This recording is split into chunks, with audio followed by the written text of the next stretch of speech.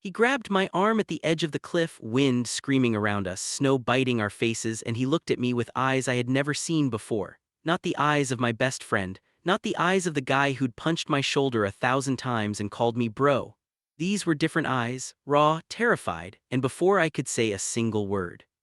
He said, "I think I've been lying to myself for 3 years and I can't keep lying, not here, not now, not to you." My heart stopped. We were 11,000 feet above the world. Alone, no signal, no way back until morning. And the boy I had quietly, secretly, painfully loved for 3 years, the boy everyone called Asterisk the straightest guy in the room, was standing at the edge of a mountain, shaking and telling me something that was about to change everything. This is that story. And I promise you, by the end of it, you will feel every single second of it in your chest. Let me take you back, all the way back to the beginning, because you cannot understand what happened on that mountain without understanding what came before it. His name was Daniel. Daniel Mercer. And from the first moment I saw him, I knew he was going to be a problem. We met in our sophomore year of college in the most unromantic setting imaginable, a 7 a.m. chemistry lab where half the students were still half asleep and the fluorescent lights hummed with that particular cruelty that only institutional lighting can achieve. I had come in late. Every seat was taken except one. The seat next to Daniel Mercer. He looked up when I sat down. He had dark brown hair that fell across his forehead in that effortless way that takes other people an hour to achieve. His eyes were hazel, not the dull kind, but the kind that seemed to change depending on the light, going from green to gold to brown in the span of a single conversation. He had a small scar above his left eyebrow that I wouldn't learn the story of until 6 months later. He was wearing a plain gray sweatshirt and he smelled like cedar soap and something warm that I couldn't name. He looked at me for half a second and said, "You're late." "I know," I said. "Dr. Patterson already called attendance." "I know. She marked you absent." "I know that too." He stared at me for another beat and then, out of nowhere, he grinned, this wide, lopsided, completely disarming grin. "Cool," he said, "me too." And just like that, we were lab partners for the rest of the semester. I want to be very clear about something. I did not walk into that chemistry lab planning to fall in love with my lab partner. I was not looking for that. I had actually made a very firm personal decision at the start of sophomore year that I was going to focus on my studies, keep my friendships simple, and absolutely not let myself develop feelings for anyone who would make my life complicated. Daniel Mercer dismantled that plan in approximately 3 weeks. It wasn't any single thing, that's what I want you to understand. It was never one dramatic moment that did it. It was the accumulation of small things, the way he laughed at his own jokes before he finished telling them, the way he always remembered the small things you mentioned in passing and brought them up weeks later like they mattered, the way he was intensely competitive about board games but absolutely gracious when he lost, the way he cried at the end of Asterisk Interstellar and didn't even try to hide it. It was the afternoon he showed up at my dorm with soup because I had mentioned offhandedly in a text that I wasn't feeling well. He didn't make a big deal of it. He just set it on my desk and said, "Eat, I'll be here." It was the night we stayed up until 4 a.m. talking about whether consciousness survives death, and he got so animated about his theory that he knocked his coffee off the table and neither of us even paused the conversation to clean it up. It was the way he said my name, just my name, nothing special about it, but in his mouth it always sounded like it meant something. By Christmas of sophomore year, I knew I was in serious trouble. By the spring, I had accepted the full, awful truth of it. I was completely, irrevocably in love with my best friend. And my best friend was, by every available measure, completely straight. He dated women, exclusively. In the 2.5 years I knew him before our mountain trip, he had dated 3 women, all of whom were wonderful, none of whom lasted longer than 8 months, and all of whom he treated with genuine kindness and respect even when things ended. He talked about women the way straight men talk about women, with ease, with natural appreciation, with zero of the self-consciousness that I carried like a backpack full of stones every single day of my life. He had never, not once, shown the slightest sign of being anything other than what he presented himself to be. I was so sure of this that I had built an entire interior architecture around it. I had a whole system for managing my feelings, a set of rules I lived by like scripture. Rule 1: never stare too long. Rule 2: never let a hug last more than the socially appropriate 3 seconds. Rule 3, when he talks about women he finds attractive, respond like a normal friend, not like someone who is quietly dying. Rule 4, never under any circumstances let him know. I followed those rules for 3 years. 3 years of being the best friend I could be while simultaneously being the world's most disciplined secret keeper. 3 years of loving him from exactly the right distance, close enough to matter, far enough to survive. I thought I had it handled. I was wrong. The mountain trip was Daniel's idea. Junior spring semester, he burst into my apartment on a Tuesday night. He had a key. We had long since crossed into the territory of people who just exist in each other's spaces, and he dropped a brochure on my kitchen table like a prosecutor presenting evidence. Mount Callaway, he said, 5 days, just us.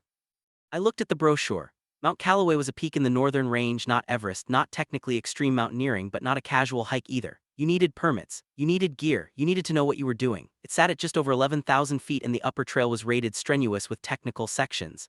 The summit had a narrow ridgeline that required careful footing and in certain weather conditions was genuinely dangerous. Just as I said. Marcus backed out, he said, dropping onto my couch. Marcus was our mutual friend who had originally been part of the plan. He's out, but I already have the permits and I've been planning this for 3 months and I really need this trip, man, will you come? He looked at me with those hazel eyes and I did what I always did, I said yes. We trained for 8 weeks. Weekend hikes, evening runs, weight sessions to build the endurance for carrying a full pack at altitude. We spent those 8 weeks closer than we had ever been, which I would not have thought was possible. We drove to trailheads at 5 a.m. together. We ate energy bars in his car and talked about everything and nothing. We argued about the best hiking boots with the intensity of people arguing about something that actually matters. I had never been happier and I had never been more miserable in that precise, specific way that loving someone who doesn't love you back can produce. This exquisite, exhausting combination of joy and ache that colors every single moment. The week before the trip, something changed. It was subtle. Daniel was quieter, not sad exactly, but more internal. He would trail off in the middle of sentences sometimes, like his mind had taken a turn he hadn't expected.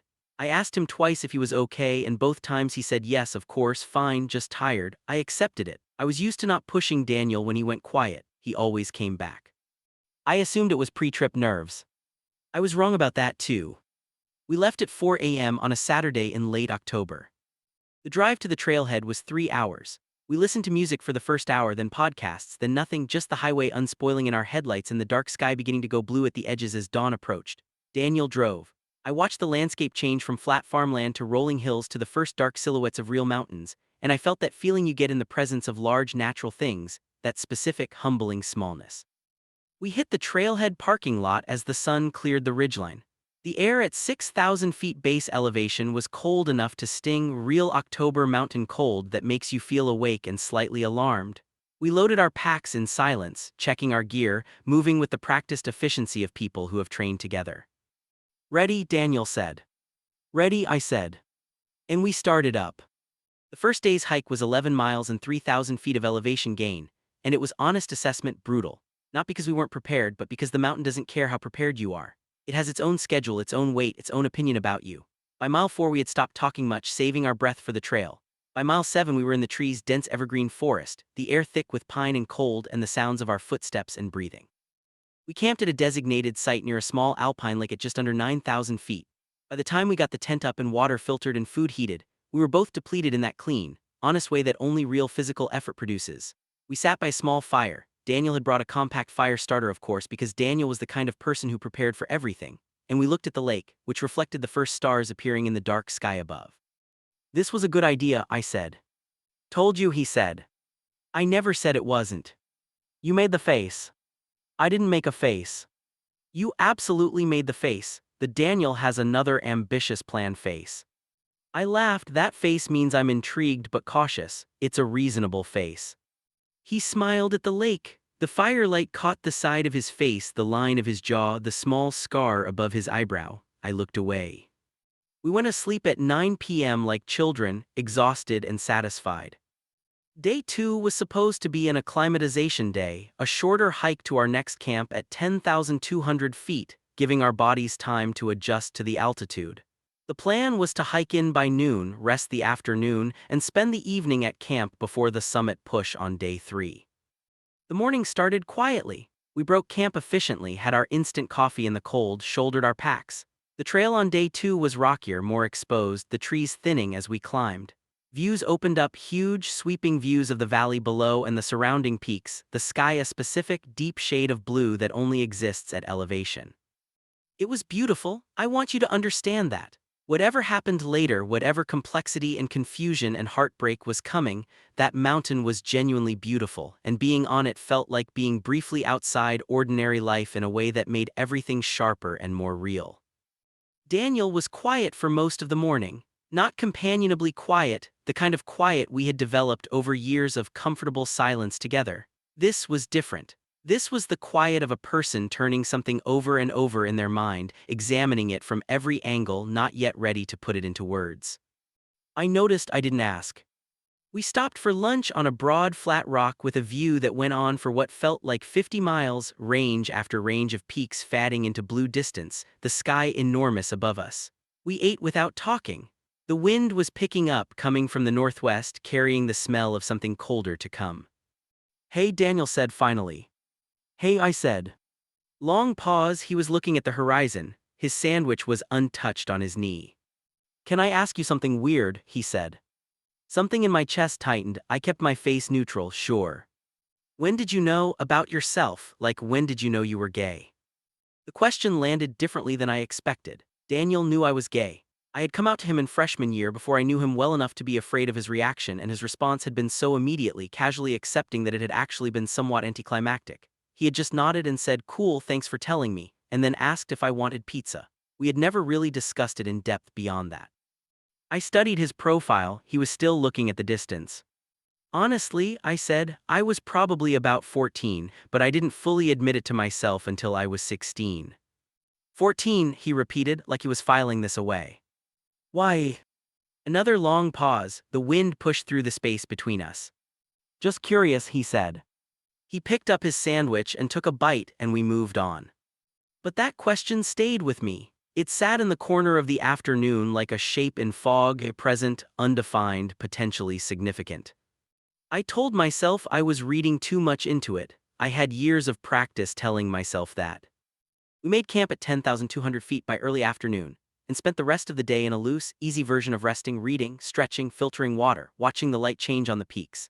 The altitude headache that had been lurking behind my eyes all day settled into something manageable with water and ibuprofen. Daniel said he felt fine, which I believe because Daniel had the irritating physical constitution of someone whose body simply cooperates with whatever he asks it to do.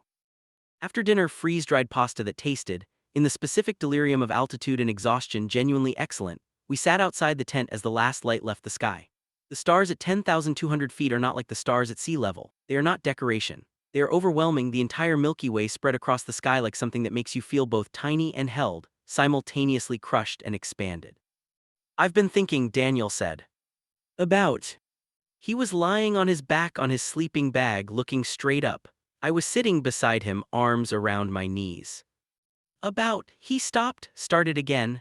"About what it means when you've been living in a certain story about yourself for a really long time, and then something makes you wonder if the story is actually true." I was very careful. "What kind of story?" "About who you are, what you want." He paused. "Who you want." My heart was doing something strange. I kept my voice even. "Are you having an existential crisis? Because that's a very valid experience for 10,000 feet. He made a sound, half laugh, half something else. "Maybe. Do you want to talk about it?" Long silence, stars, wind. "Not yet," he said, "but maybe soon." "Okay," I said. "Does it freak you out when I say stuff like that?" I looked down at him. His face was turned up to the sky, expression unreadable. "No," I said honestly, "nothing you say freaks me out." He turned his head and looked at me, direct, searching. Something moved across his face that I couldn't name. "Okay," he said, "good." We went to sleep with that hanging in the air between us, unresolved and enormous. I lay awake for a long time in the dark of the tent, listening to his breathing even out into sleep. I had spent 3 years guarding my heart against this man, 3 years building careful walls and following careful rules and maintaining careful distance. Something in me knew that night that those walls were about to come down. We were up at 4:30. The plan was to hit the technical section of the trail, the upper ridgeline, before the afternoon winds picked up. Weather moves fast in the mountains, and the forecast had suggested a stable morning with potential weather moving in by late afternoon. We needed to be at the summit and back below the ridgeline before then. We packed light summit packs only, leaving the main camp packed and ready. The morning was clear and brutally cold, our breath misting in the beam of our headlamps. The trail above 10,000 feet became a different animal, no more soft forest floor, no more gradual switchbacks. This was rock, loose tailless, fixed ropes on the steeper sections, places where you had to think about each step. I loved it. There's something about that kind of physical demand that quiets the noise in your head. You can't ruminate, can't spiral, can't rehearse conversations that may or may not ever happen because you are entirely in your body, entirely in the present, entirely occupied with the pure animal task of going up. We didn't talk much on the ascent. The terrain didn't allow it. We moved in single file on the narrow sections, Daniel ahead, me behind, and I watched the way he moved, careful and deliberate, no wasted motion, fully committed to each placement. He was good at this, I thought. He was good at almost everything, which was at once one of the things I loved about him, and one of the things that had made loving him quietly from a distance simultaneously easier and harder. The summit came at 7:43 a.m. I know the exact time because I looked at my watch the moment we stepped onto the highest point, and I wanted to remember it.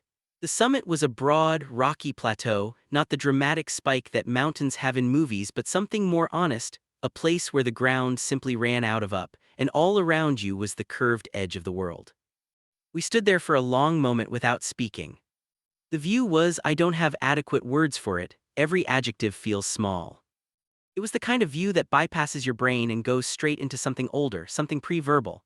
Range after range of peaks in every direction. The sky unmediated, enormous, the blue of it almost violent. Below us the valley, rivers like silver threads, the tiny geometry of towns, the whole orderly human world looking from up here both precious and slightly absurd. Daniel turned to me. His face was flushed from the cold and the effort, his eyes bright, and he looked like himself, but more so, the way extreme circumstances sometimes strip people down to their essential self. He held out his hand, a fist bump our thing. I met it. And we both turned back to the view and stood there in silence, and I thought, whatever happens or doesn't happen, I have this moment, I have this friendship, it is enough. I almost believed it. We had 40 minutes on the summit. We ate, photographed, sat with the magnitude of it. And then the western sky, which had been clear and sharp all morning, began to change. It came fast, the way mountain weather always comes fast, without negotiation or warning. A mass of gray cloud building on the horizon, moving with a purpose that felt almost intentional. The wind shifted direction. The temperature dropped 2 or 3 degrees in what felt like minutes. We need to move, Daniel said. We started down. The descent was faster, and in the way that descents often are, harder than the ascent in its own way. Your legs absorb the shock, your knees take the punishment, and on the technical upper section, loose rock in the wrong conditions becomes a serious hazard. We moved quickly and carefully, the clouds building behind us, the wind rising. We were approximately 2/3 of the way down the upper ridgeline when it happened. A section of trail, a traverse across a steep rocky face, maybe 30 meters wide, had a fixed rope for handhold. We had used it on the way up without incident. On the way down, I went first. I was 4 or 5 steps into the traverse when my left boot skidded on a patch of ice that hadn't been there in the early morning cold, melt and refreeze, the mountain's particular treachery, and my feet went out from under me. I grabbed the rope, held it, caught myself. But in the process, my pack swung wide and threw my balance, and for one long, crystalline second I was pendulum swinging on that rope with nothing but a very long drop below me and a rock face to my left and the wind screaming, and Daniel's hand closed around my arm. He had come across the traverse behind me faster than I would have thought possible, and his grip on my arm was iron, was absolute, was the most certain thing I had ever felt. I've got you, he said. I've got you, don't let go, don't look down, I've got you. I didn't look down, I looked at him. His face was about 18 inches from mine, close enough to see every detail, the wind-chapped skin, the ice crystals in his hair, the scar above his eyebrow, and his eyes, those hazel eyes, full of something that was not just adrenaline. He pulled me back to stable ground. We stood on a broader section of the ledge, both of us breathing hard, mine from near panic, his from the effort of the grab. The wind was howling now. The clouds had covered the summit behind us. "You okay?" he said. He still had his hand on my arm. "Yeah," I said. "Yeah, thank you." He didn't let go of my arm. "Hey," he said. His voice had changed. "Hey," I said. "I need to tell you something." The mountain roared around us. There was nowhere to go, nowhere to be, nothing but the rock and the wind and his eyes. "Okay," I said. He let go of my arm. He stepped back. He put his hands in his jacket pockets and he looked at me with an expression I had never seen on his face before, not in 3 years of knowing every angle of him. It was the expression of someone standing at the edge of something they can't take back, about to jump. "I don't know how to say this," he said. "Just say it," I said, "however it comes out. The wind, the clouds, the mountain." He said, "I think I've been lying to myself for 3 years and I can't keep lying, not here, not now, not to you." My heart stopped. He looked at the rock beneath his feet, he looked at the sky, he looked at me. "I didn't know what to call it for a long time," he said. "I kept finding these explanations, reasons, like I just admire you, I just value the friendship, he exhaled. I kept explaining it to myself in ways that let me not have to look at it directly, because looking at it directly meant." He stopped. "Meant what?" I said. My voice was barely audible over the wind. "Meant that everything I thought I knew about myself was wrong." He met my eyes. "Or not wrong exactly, incomplete, like I had this image of who I was and then you," he almost laughed but it came out broken. "You just slowly over 3 years without even trying made that image not fit anymore." I couldn't speak. I know this is probably the worst possible timing and the worst possible place, and I know that I might be wrong about what I'm feeling. I don't have all the words for it yet, I don't have the whole thing figured out, but," he stopped again, took a breath. "But when you slipped back there and I thought for a second that you were going to." His voice broke. I watched him collect himself, I watched him breathe. "And all I could think was that I had wasted 3 years not telling you. 3 years of knowing something I kept pretending not to know and telling myself it didn't matter because it was too complicated and too scary and too—" "Daniel." He stopped. "Daniel," I said, "look at me." He looked at me. "How long?" I said. The question hung between us, precise and simple. He didn't hesitate. "Since the Tuesday in sophomore year when you stayed in the library until 2 a.m. helping me with my thermodynamics problem set, even though it had nothing to do with your major and you had an exam the next morning. And when I asked you why you stayed, you said—" "Because you were stuck and I wasn't going anywhere," I said. He nodded. "That's when it started. I didn't know what it was yet, but that's when it started." I stared at him. I had spent 3 years, 1,095 days, carrying a love I had been absolutely certain was mine alone to carry. I had built a whole silent world around the certainty that it was unreturned. I had grieved it preemptively, mourned the possibility before it had ever been offered, made my peace with a future in which this feeling was mine and mine alone forever. And now he was standing on a mountain at 10,000 feet in a building storm, telling me that he had felt it too. Since sophomore year. Since the library. Since the exact moment I had felt it myself. "Daniel," I said, my voice came out in a way I didn't entirely recognize, scraped open, honest in a way I hadn't allowed myself to be in years. "I need to tell you something too." He waited. "I have been in love with you," I said, "since that same night, since the thermodynamics problem set, since I drove home at 2 a.m. and sat in my car in the parking lot for 20 minutes telling myself it was nothing and knowing it wasn't." He went very still. "I have spent 3 years," I said, "following a very rigid set of rules to make sure you never knew. Because I was certain, completely, absolutely certain that you were straight and that you didn't feel that way about me and that the kindest thing I could do for our friendship was to never make it complicated." "You thought I was straight," he said. "You aren't." I stopped. "I thought you were." "I thought I was too," he said. "That's the thing, I genuinely thought I was. I have dated women, I have been attracted to women, I still am, I think. I don't fully understand it yet, I just know that what I feel when I'm with you is different from anything else I've felt, and I know that's not nothing."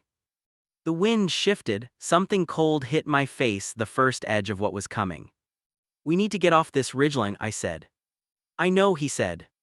"This conversation isn't over." I know that too. We moved. The descent from the ridgeline to our campsite was 45 minutes under normal conditions. We did it in 30, pushed by the wind and the coming cloud and the shared, unspoken understanding that we had something to return to, a conversation too important to be cut short by weather, too fragile to be abandoned at 10,000 feet. It was controlled urgency, not panic. We moved well together as we always had, even in the strangeness of everything that had just happened, even with my mind running at double speed trying to process what he'd said and what I'd said and what it meant. Even then, our physical partnership on the trail was unchanged. Wordless, practiced, precise. We were back at camp as the first real gusts hit and the sky went from gray to the particular dark that means business. We got inside the tent, pulled the door closed, heard the first spatter of sleet on the outer fly. Lying side by side in our sleeping bags, the tent buckling and recovering in each gust, the storm making its statement overhead, we were quiet for a long moment. Then we both started talking at the same time. We both stopped. Daniel said, "You first." I said, "Are you scared?" He thought about it, of the storm. Of this, of what you said, of what it means. Long pause, the tent shuddered. "Yeah," he said, "I'm terrified." "Me too," I said. "But not," he hesitated, "not in a way that makes me want to take it back, if that makes sense." "It makes sense," I said. Another pause, the storm was fully committed now, the sound of it filling the tent like weather from inside a drum. "I need to ask you something," he said. "Okay. Have you," he stopped, started again, "have there been times in the last 3 years where you wanted to tell me?" "Hundreds," I said immediately. "Why didn't you?" I thought about how to say it honestly. Because I was protecting the friendship, I thought telling you would cost me you, and you were, I paused. You were already the most important person in my life. I wasn't willing to risk losing you over something I had convinced myself was one-sided. One-sided, he repeated quietly. I genuinely believed it was. What about the library, he said. What about it? You must have known something was happening then, between us, the way that night felt. Daniel, I said, I thought every night felt like that because I was falling in love with you. I assumed you were just being you. He made a sound, a short, disbelieving, almost laugh. I thought you knew, I thought the whole time you knew and were being gracious about it. I stared at the tent ceiling. Neither of us knew. Neither of us knew, he agreed. The storm raged on, the tent held. I'm sorry, he said. For what? For being slow, for not figuring this out sooner, for all the time. Don't, I said, you came to this at your own pace, that's not something to apologize for. Quiet. What happens now, he said. What happens now? I lay there in the dark of the tent with the storm trying to unravel everything outside and that question sitting between us like a small, live thing. What happens now? I had thought about this, of course. In the abstract, theoretical way you think about things you've convinced yourself will never happen. I had imagined in unguarded moments what it would be like to tell Daniel how I felt. I had imagined various reactions, gentle rejection, awkward distance, the inevitable slow erosion of what we had, and I had used those imagined outcomes to reinforce my determination to stay silent. I had never in 3 years allowed myself to imagine this, the possibility that he would feel it too. I don't know, I said honestly. I don't want to rush anything, I don't want to take something this, I searched for the word, this significant and try to put a label on it in the middle of a mountain storm. Agreed, he said. But I need you to know, I said, that what you said today, what you told me, it matters. It matters more than I have words for right now, and I'm not going to pretend it didn't happen or let it get swallowed by the awkward morning after. I'm not going to pretend it didn't happen either, he said. Okay. Okay, he said.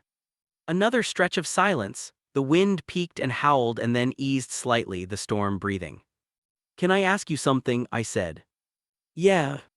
Has there been anyone else that you felt this way about that isn't a woman? I asked it carefully, knowing it was a significant question, knowing it touched on the interior geography of his identity in ways he was still mapping himself. He was quiet for a long time. There was someone, he said finally. In high school I didn't know what it was at the time. I convinced myself it was admiration, that it was just, I don't know, wanting to be like him, wanting his approval. He paused. I've been thinking about that a lot lately, whether I was telling myself a story. And, and I think I was, he said quietly. I think there have been a few times in my life where I was feeling something and I just filed it somewhere else, put it in a category that was easier. That's really common, I said.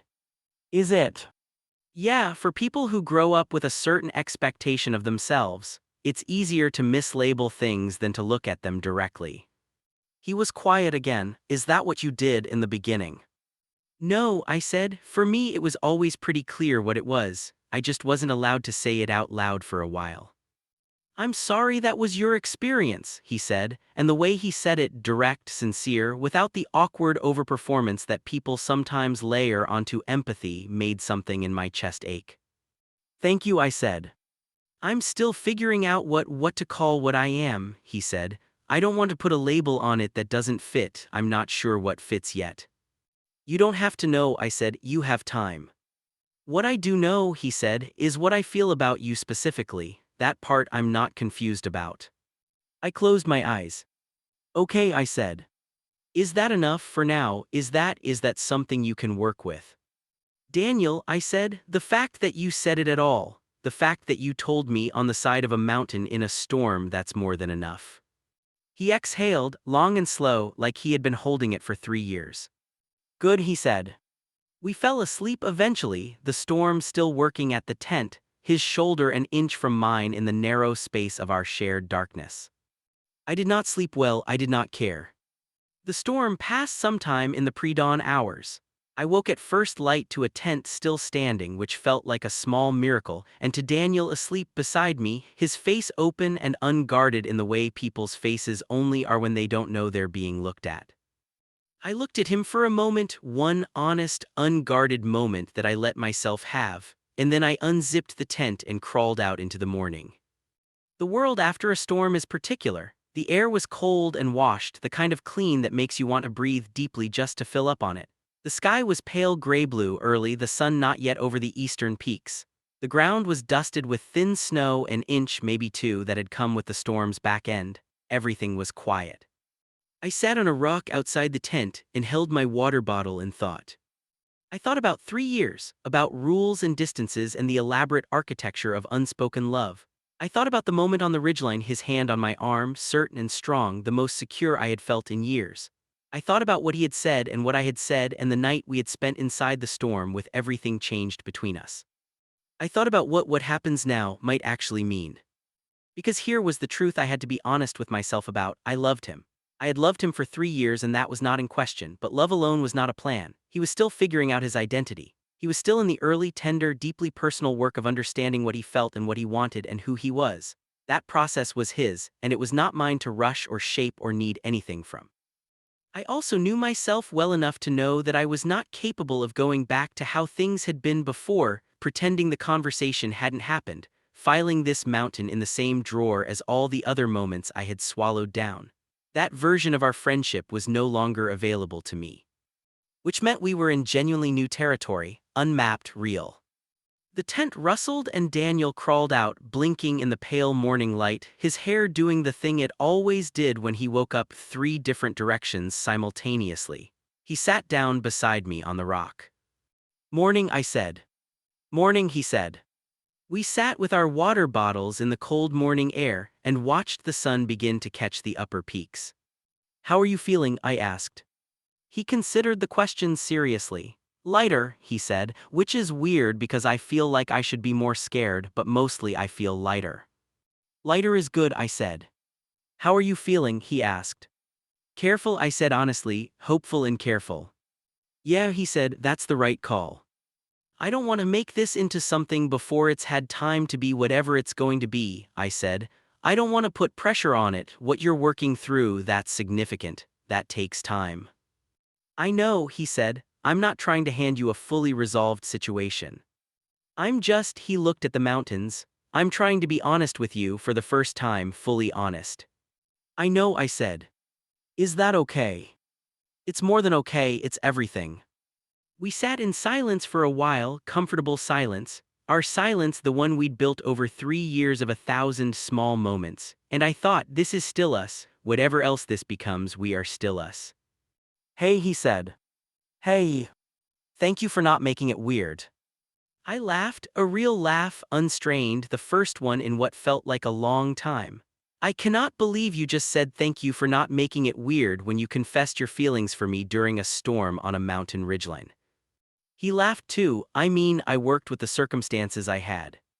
Dramatics, I said, absolute dramatics. You're not wrong, he said, grinning. The grin, the lopsided, wide, completely disarming grin that had undone me in a chemistry lab 3 years ago. For what it's worth, it felt right. On the mountain, it felt like the only place I could have actually said it.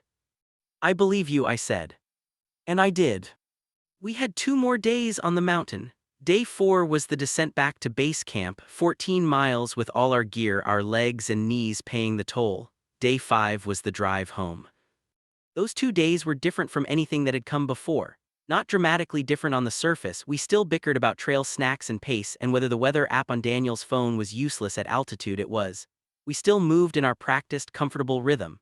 We still talked about nothing, movies we wanted to see, a podcast he'd been listening to, a book I'd been trying to finish. But underneath the ordinary surface of those 2 days, something had shifted in the fundamental frequency of us. Like a piece of music that's been playing in one key for years and has quietly, without announcement, transposed into another. We talked, really talked, in ways we hadn't before. On a long, flat section of the descent, walking side by side through thin afternoon light. He told me about the friend in high school, really told me the whole story, not the filed-away, mislabeled version.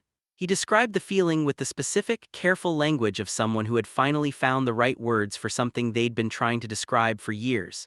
He talked about the confusion of it, the way it had sat in him, unexamined. I told him about the library night, the parking lot, the 20 minutes sitting in my car. I told him about the rules I had made for myself. He listened without interrupting. When I finished, he was quiet for a moment. 3 years, he said. 3 years, I confirmed.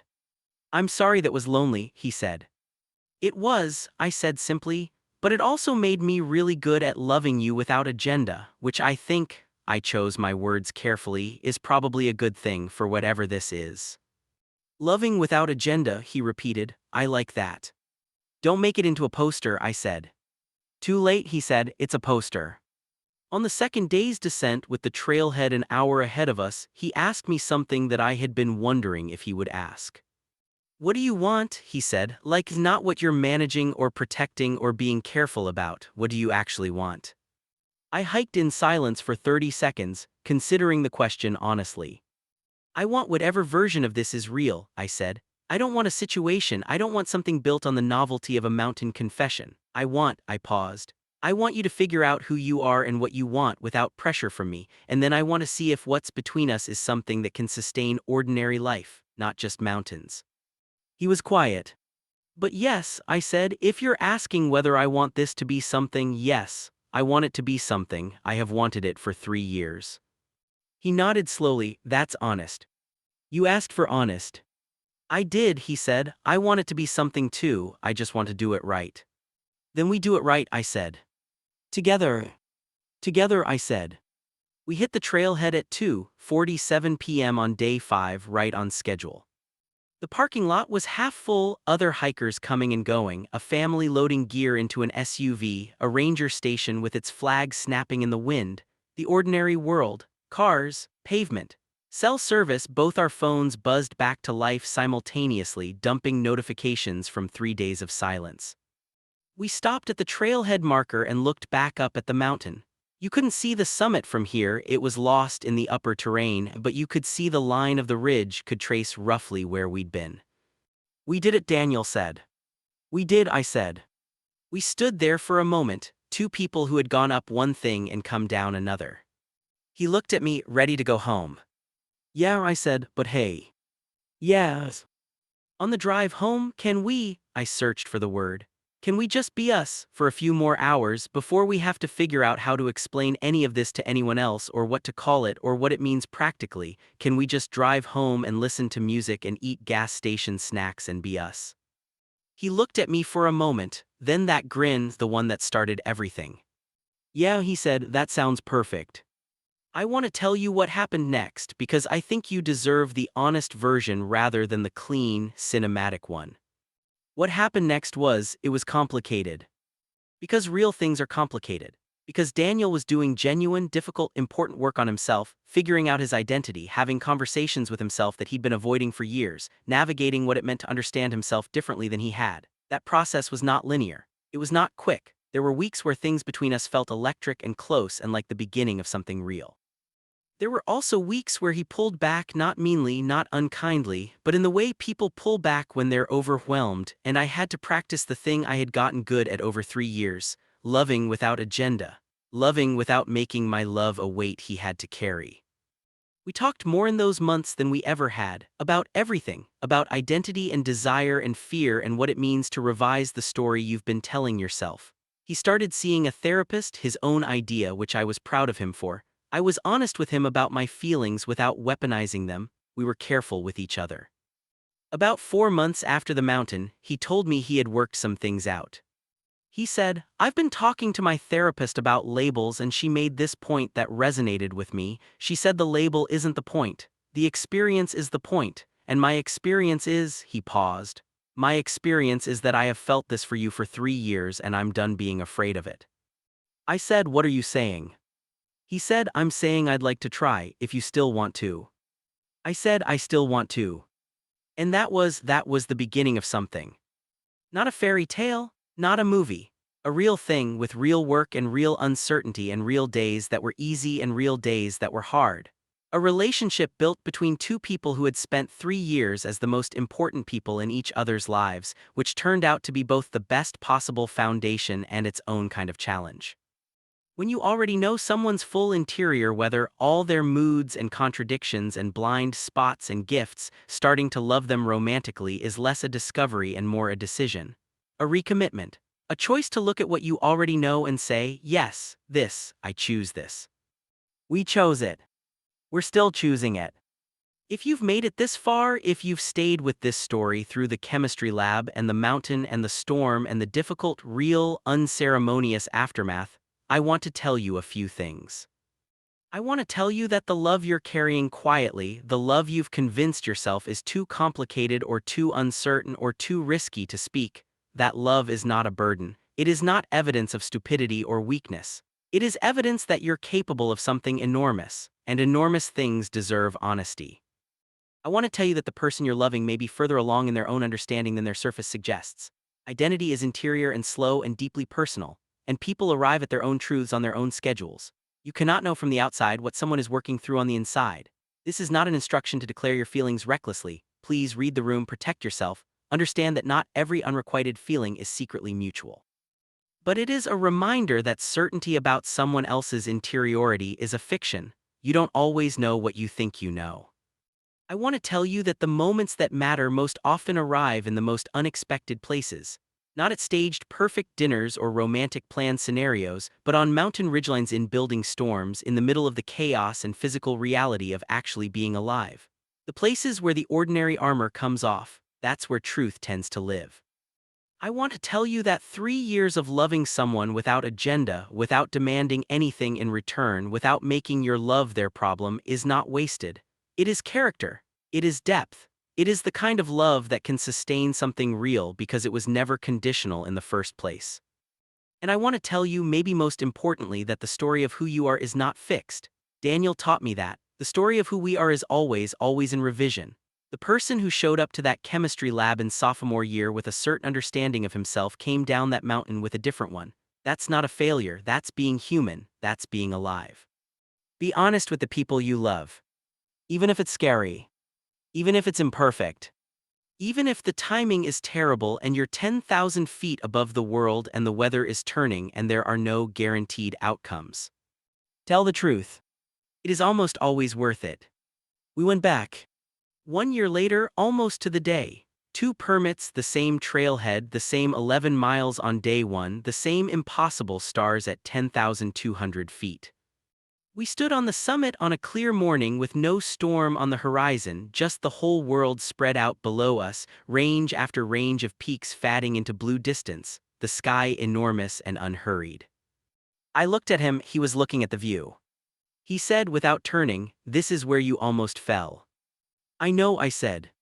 "And this is where I know," I said. He turned and looked at me. His face was the same face, the same hazel eyes, the small scar, the hair doing its unruly thing in the wind, and also completely different from the face I had first seen across a chemistry lab because I knew it now. All of it. I knew the full map. He held out his fist. I met it. And we turned back to the view, standing on the highest point of the world that was ours, and said nothing, because nothing needed to be said. The mountain still stands. So do we. If this story moved you, if it touched something real, please leave a comment below. You never know who else is sitting in their car at 2 a.m., carrying something heavy, needing to hear that it might be okay to say it out loud. Subscribe if you want more stories like this one. Share this with someone who needs it. And if you're carrying a love you haven't been able to say yet, I'm rooting for you. You already know what to do.